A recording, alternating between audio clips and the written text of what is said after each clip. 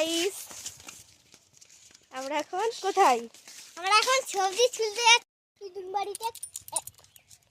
দাঁড়া, hello guys, আমরা এখন দিদুনের বাগান। ওই কর না, এই ব্যাগটা ধর, ব্যাগটা ধর, ব্যাগটা ধর।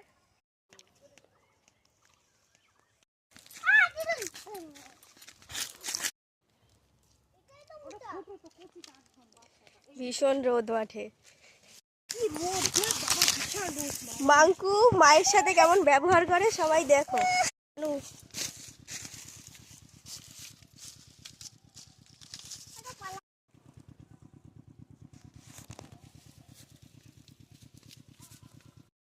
ওই